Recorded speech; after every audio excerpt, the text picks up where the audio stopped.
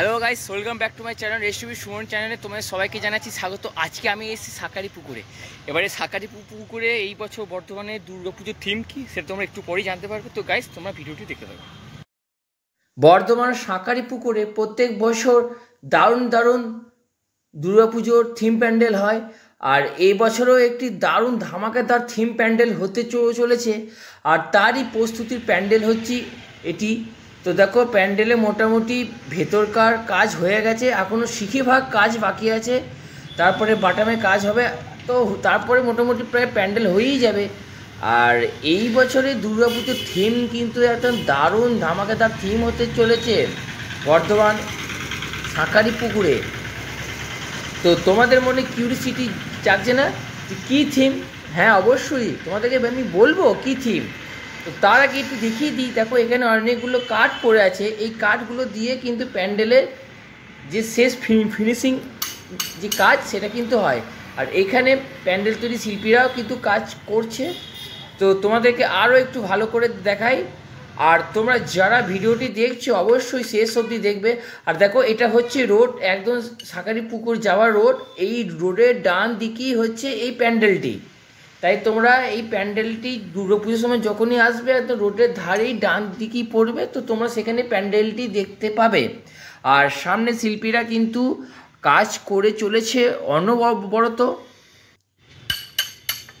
তো এবারে আস্তে আস্তে একটু সামনের দিকে এগিয়ে যায়। তো সামনের দিকে এগিয়ে ভেতরে দেখতে পাচ্ছি খুব সুন্দর সুন্দর কিন্তু কাজ হচ্ছে। ভেতরের প্যান্ডেলের কাজ, প্যান্ডেলের মূল কাজ ভেতরে ভেতরে এত সুন্দর কাজের যে ডেকোরেশনগুলো হয় না, সেইগুলি দেখার মতো, এত মনোমুগ্ধকর। তো আর তোমাদেরকে বেশি ঘোরাবো না, তো তোমাদেরকে আমি বলেই দিই, এই বছর দুর্গাপুজোর থিম প্যান্ডেল হতে চলেছে কান্তারা।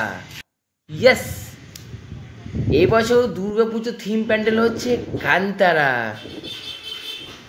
নামটা শুনে তোমাদের মনের মধ্যে একটা চমক লাগছে না? আর আমি কিন্তু এটা থাম্বনেলেও দিয়েছি যে কান্তারা।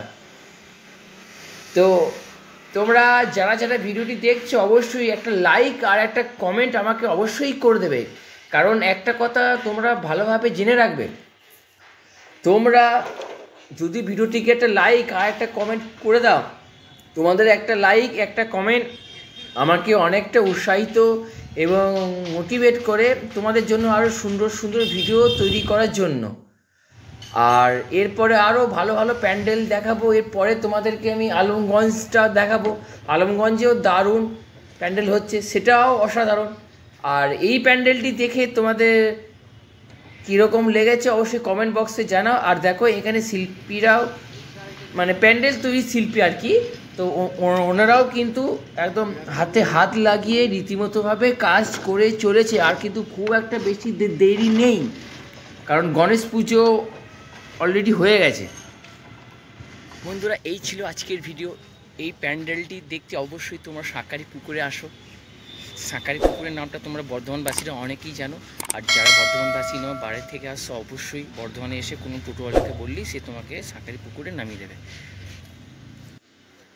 আর এই ভিডিওটি কেমন লেগেছে অবশ্যই তোমরা কমেন্ট বক্সে জানা। তোমার সঙ্গে দেখা যাচ্ছে আবার ঠিক পরবর্তী ভিডিওতে। বন্ধুরা,